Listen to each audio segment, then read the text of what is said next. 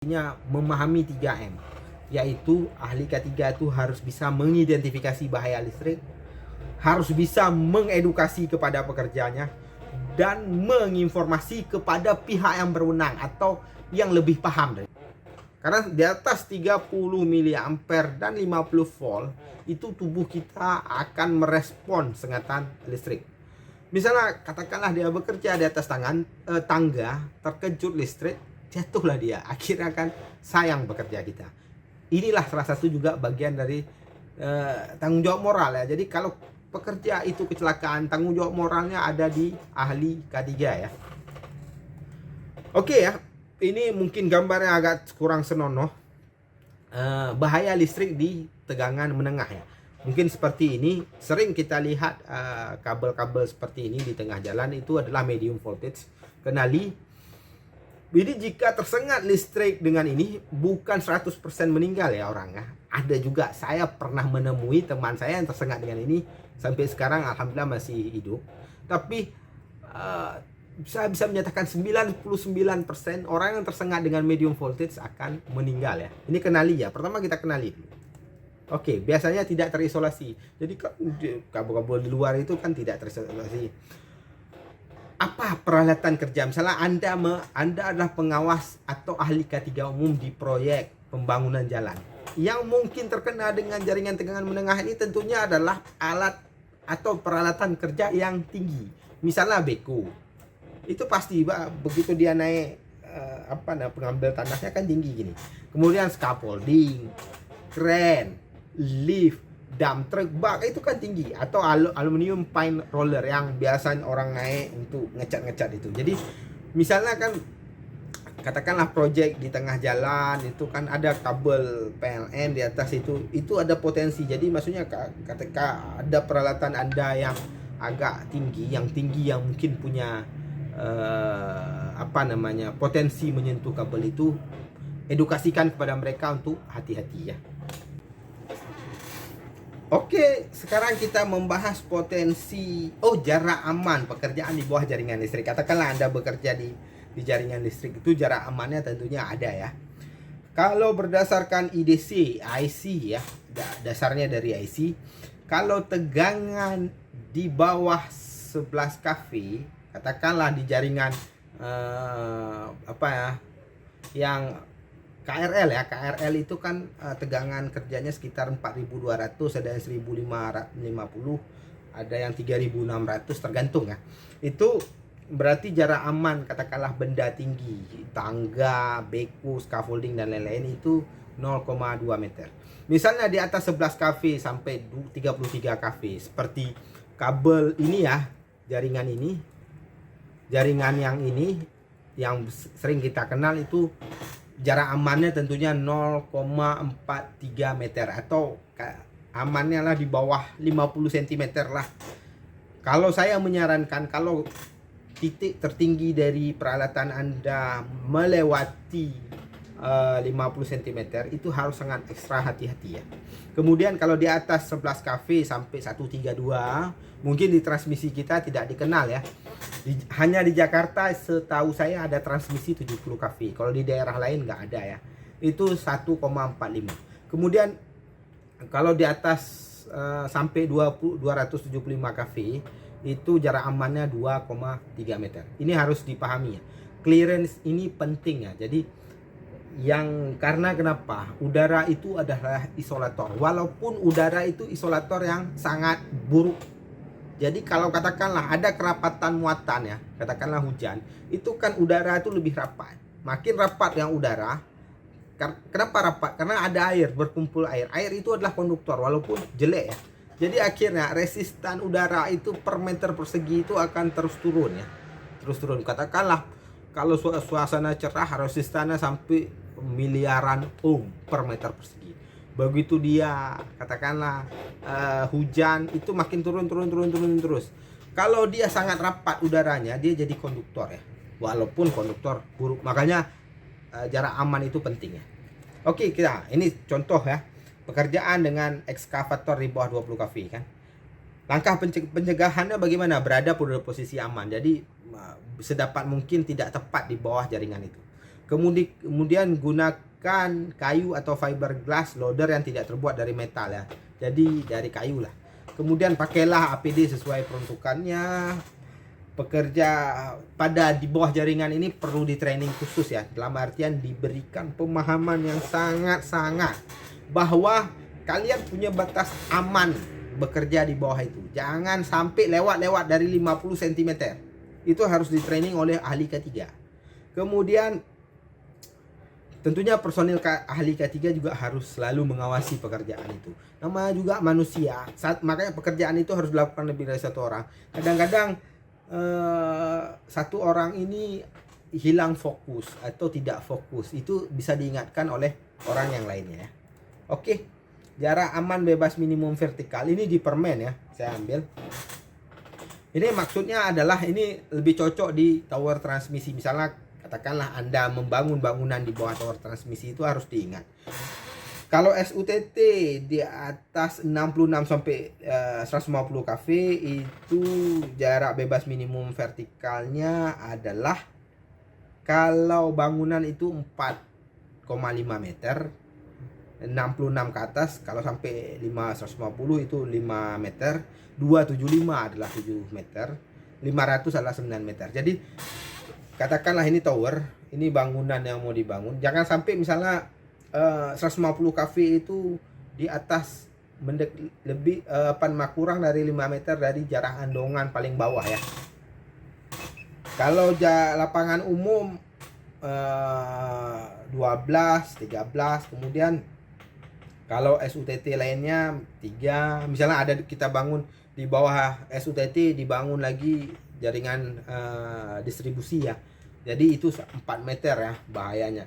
Sebenarnya kenapa kalau bangunan 5 meter kabel SUTM 4 meter lebih kayaknya jarak aman SUTM itu lebih rendah, karena ya SUTM sama-sama listrik, sama-sama mengalirkan muatan. Kemudian titik tertinggi misalnya di bawah itu katakanlah jelek sekali, misalnya ada terpaksa sekali lah kita bangun itu, memang tidak bisa. Itu titik tertinggi yang diizinkan secara vertikal adalah misalnya 150 kV adalah 4 meter, 275 6 meter, 500 8,5 meter, itu sudah full maksimal ya. Kalau di atas itu misalnya ada orang tinggal, dia pasti terkena pengaruh elektromagnetis ya. Pengaruh katakanlah kalau standar WHO kalau nggak salah saya di atas 6 mikrotesla. Misalnya dia berada ketinggian dia katakanlah dia tinggal tempat tinggal dia itu lebih kecil dari 6 meter, pasti induksi elektromagnetisnya lebih tinggi dari 6 mikrotesla ya. Oke ya. Ini jarak bebas SUTT 60 kV yang menara. Kalau ini adalah jarak bebas ya. Ini secara horizontal ya. Seperti ini. Kalau tadi yang sebelumnya secara vertikal, kalau yang ini seperti ini vertikal, kalau ini adalah horizontal lah, seperti ini ya. Seperti ini terlihat ya. Jadi katakanlah jarak bebas minimum vertikalnya secara C, titik tertinggi berarti ya C, D jarak andongan terendah gawang di antara dua menara ya. Kemudian L adalah jarak dari sumbu vertikal tiang ke konduktor. Seperti ini kurang lebih. Kalau ini secara jarak bebas minimum horizontal, jarak ke sumbunya 1,8, horizontal 1,7. Kalau diceritain panjang. Intinya kalau tidak jelas komen di kolom komentar ya. Oke ya. Ini yang terakhir ya, step voltage ya. Step voltage itu biasanya pada lingkungan yang di situ pusat beban ya. Misalnya di gardu Indo, gardu hubung, itu ada potensi step voltage. Step voltage itu apa? Atau tegangan kaki adalah tegangan yang terjadi antara kedua kaki orang. Kenapa disebut step voltage? Adalah tegangan terjadi antara dua kaki orang. Kenapa bisa terjadi? Karena adanya perbedaan muatan ya antara kaki depan dan kaki belakang. Jadi semakin besar dan panjang langkah, maka bahaya semakin besar. Maka dari awal tadi udah saya bilang, kalau bekerja di gardu hidung itu melangkahlah dengan rapat ya. Tentunya ini deteksi di gardu induk tentunya ya. Kalau bekerja memang seperti itu, harus di daerah itu ya, harus dari bahan terisolasi ya, sepatu kita. Ini seperti ini. Jadi makin jauh dari titik katakanlah ada kabel yang bertegangan jatuh, maka pengaruh listrik itu makin kecil ya. Makanya saya pernah menonton satu video di Cina, di China, itu kebanjiran kan. Jadi ada orang begitu mendekati tiang listrik itu, katakan kalau nggak salah saya 1 meter dari tiang listrik itu tersengat listrik. Padahal orang di belakang sekitar 3 meter dari tiang listrik, dia tidak apa-apa. Kemudian karena dia merasa aneh di dalam video itu rekaman CCTV, merasa aneh kenapa si kawan ini jatuh tiba-tiba. Begitu dia jatuh tiba-tiba, dia mendekati, akhirnya dia jatuh. Yang 2 orang lagi di belakang, ada yang teriakin dari seberang, jangan dekati itu. Jadi air itu kan konduktor tadi. Jadi tapi makin jauh dari titik titik dasar katakanlah arus listriknya, makin jauh tentunya resistannya makin besar. Air itu punya resistan, jadi makin jauh tegangan yang dirasakan dan arus yang dirasakan tentunya makin kecil ya. Oke ya, misalnya ini kalau ini contoh roboh torsutet SUTT, jangan dekati ya, potensi ada step voltage, ada kalau ada kondisi seperti ini hubungi aja PLN lah. Jangan ambil resiko. Ketika ada kondisi di sini, jauhkan pekerja Anda dari lingkungan tower ini ya. Oke ya. Ini yang sering sekali terjadi di Indonesia ya.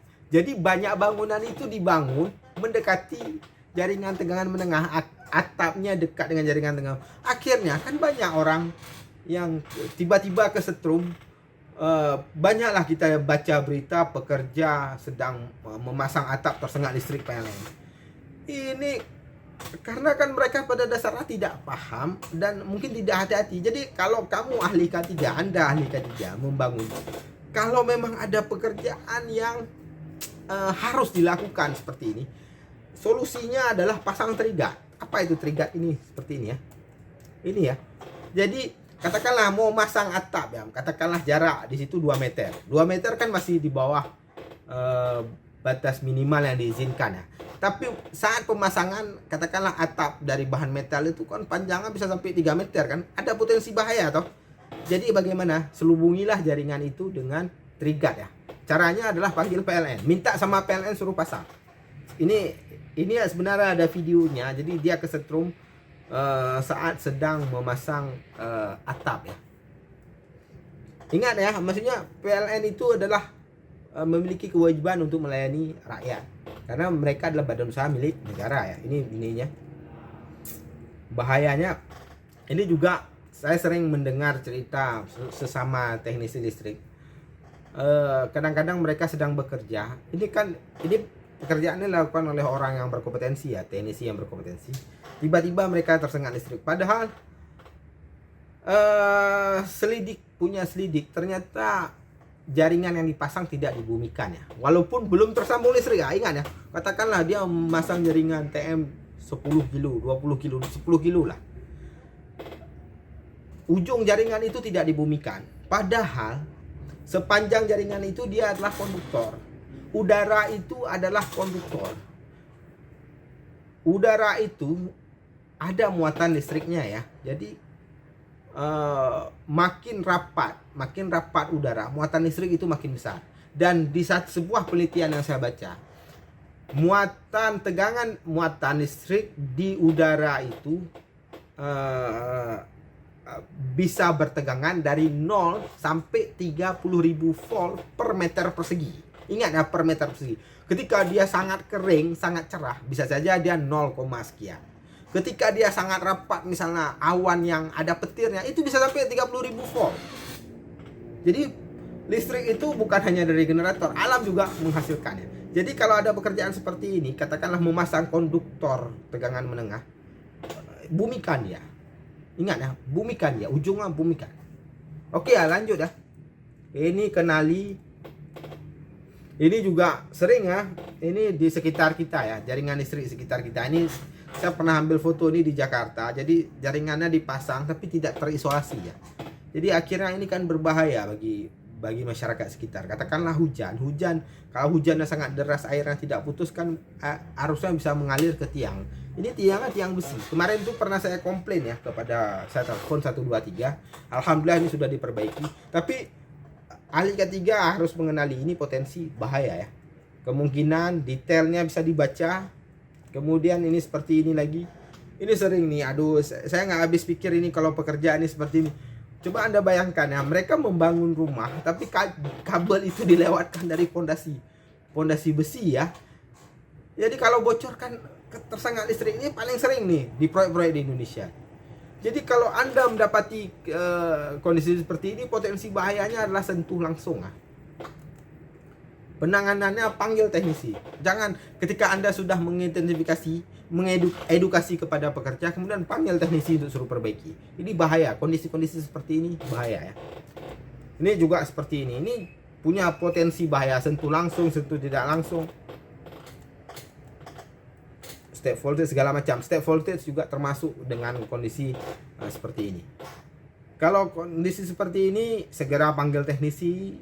Sambungan luar harus terkoneksi ke box, berikan tanda bahaya pada titik terminasi.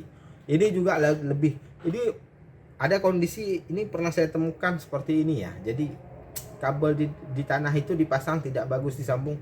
Metode penyambungannya aja sudah salah ya. Jadi titik terminasi itu sama, sebenarnya tidak boleh dia. Kecuali dia memang dibatasi dengan katakanlah resin.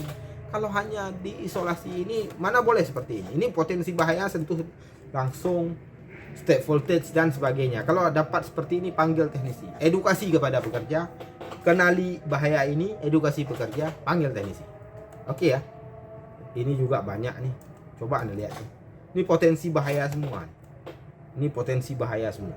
Nah, ini contoh ya, pekerja yang tidak mengindahkan keselamatan ketenaga listrikan dan keselamatan kesehatan kerja ya. Kalau ada, saya sendiri pernah mengawasi proyek ya. Jadi seringkali pekerja itu, teman-teman ya, saudara-saudara saya juga menyebutkan, sudah sering kok, nggak perlu, nggak apa-apa, nggak masalah.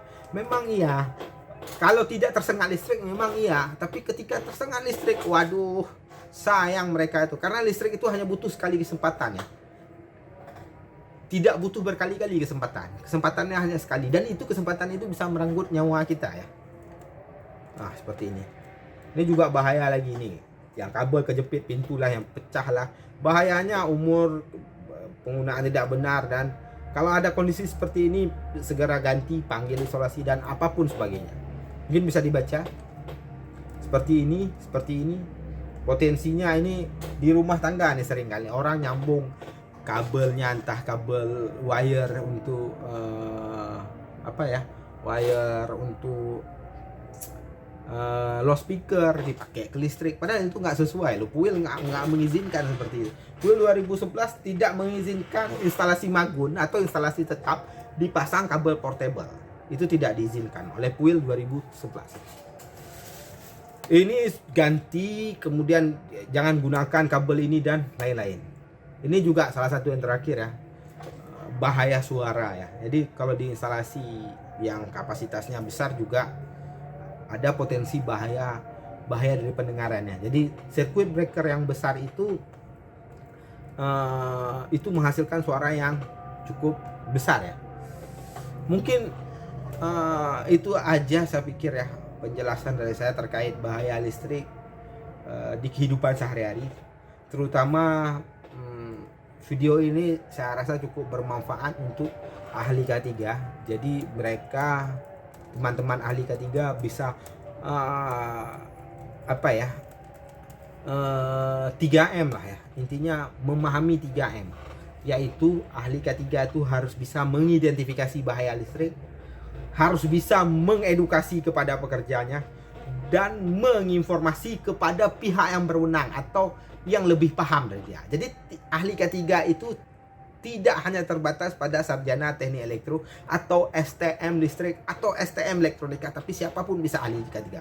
Karena intinya dia harus punya 3M, mengidentifikasi, menginformasi, mengedukasi.